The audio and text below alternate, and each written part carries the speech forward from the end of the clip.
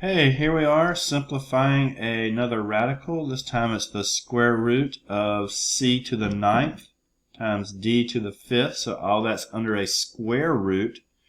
So remember that if we have variables, we would take them and kind of look at their exponents. So c to the ninth. The way we're going to handle that is we're going to say we're looking for groups of 2. So we're looking for pairs. And we're going to say how many groups of 2 are there in 9?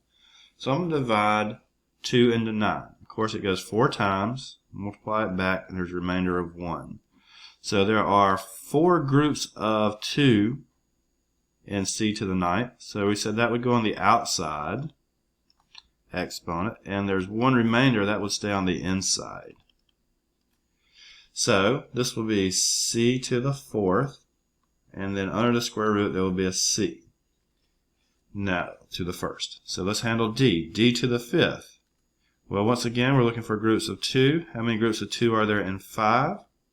2 goes into 5 2 times, multiplies back, and leaves a remainder of 1. So again, we have the outside quotient, and we have the inside remainder. So we'll have a d squared on the outside and a single d on the inside.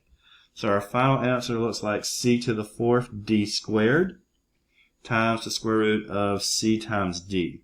Now there's nothing else that will come out of there because there's no more pairs, because c is singular, d is singular. And we don't need an absolute value around these because raising it to the fourth power makes it positive, squaring it makes it positive. So you could put absolute value bars around the outside, but it's definitely not necessary in this problem.